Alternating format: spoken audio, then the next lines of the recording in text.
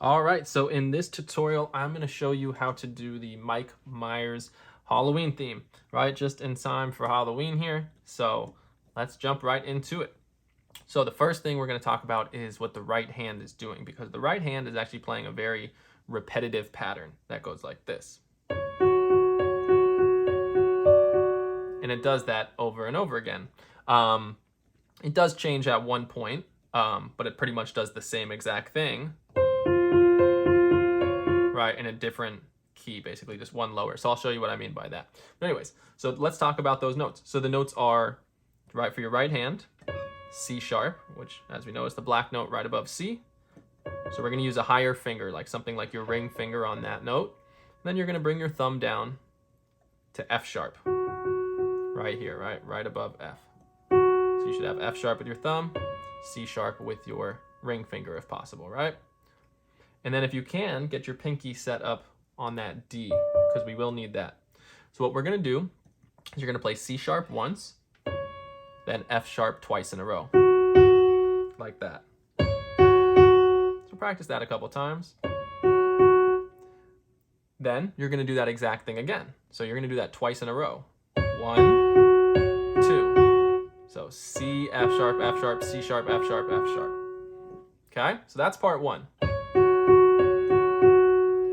Then the second little half of that is you do this pattern. C sharp, F sharp, D, F sharp, right? So 4 notes. C sharp, F sharp, D, F sharp.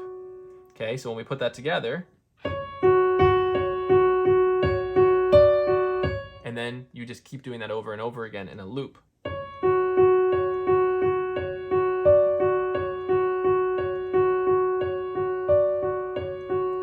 Okay? So it's a weird pattern because it's actually in a time signature of 5/4, meaning it has 5 beats in the measure.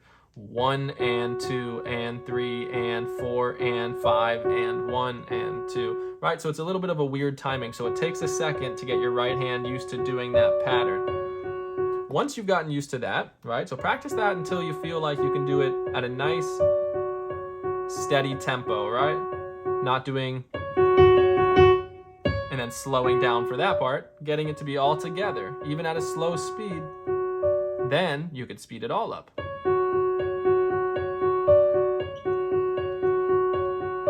Okay, so that's what your right hand's doing. Your left hand is going to do the note F sharp. So there's 2 ways to do it. You can just do a single low F sharp as you want. I like to find the lowest F sharp I can, so you actually won't be able to see it, but down there, if you can get to that one, that'll sound great. If not, use that one. And then you have the choice of doing octaves, meaning a pinky on one F sharp and your thumb on an F sharp higher. So you have 2 F sharps at the same time. So you could do that here. You could do it here. Like I said, I know you can't see my pinky, but it's F sharps, right? So these are called octaves, something you can do in your left hand.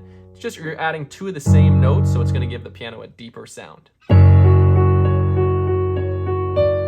Right? Versus. So the octave's a little more advanced, but don't be afraid to try it out. And if you can't do it, you can always go to the 1-finger version. All right, so that's what you're going to do. You're going to play the right hand pattern. It starts, and you're going to hit the F sharp once, and that's it. And you hold that down. Then after you do that, you're going to do the same exact pattern in your right hand, but your left hand note's going to change to the note A.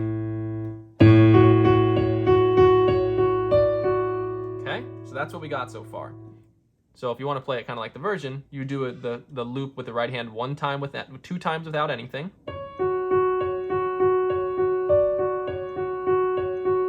Then add in on the 3rd.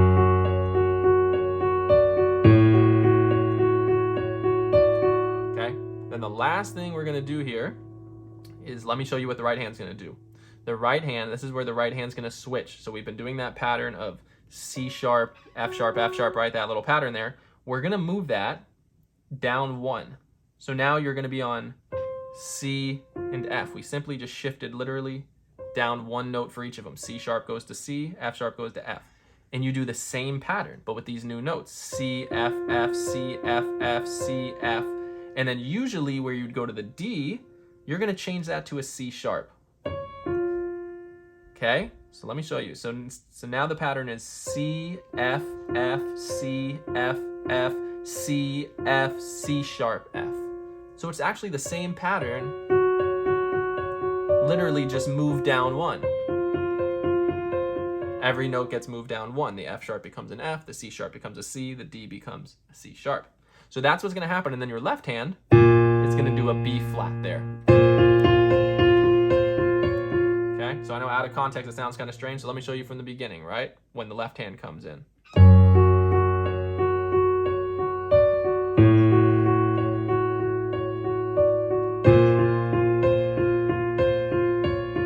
Right, and there it is. So that's how it comes in. So all together, this is the whole song.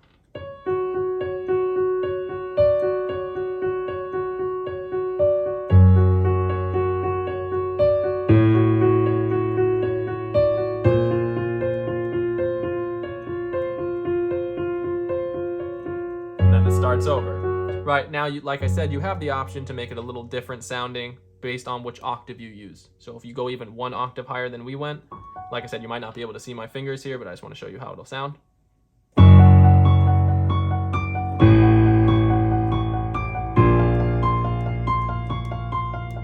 Right, so a lot of people like to play it there. So if you want to play it in that range and you want it to sound like that, I'm just going to show you for reference because I know you won't be able to see my hands well, but this is middle C. So here's middle C sharp, let's call it.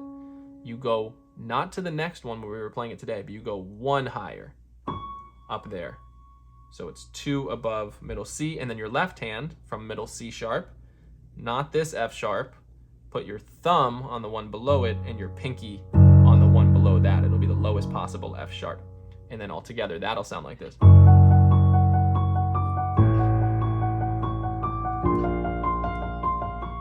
Or the way we did it today.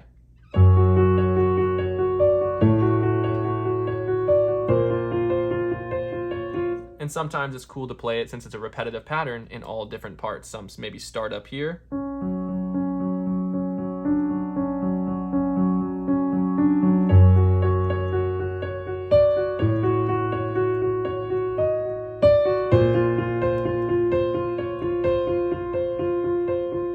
And then even do this one. Right? It's just a way to play with it. So anyways, those are all ideas. It's just doing it in different octaves. But that is how you play the Halloween Mike Myers theme.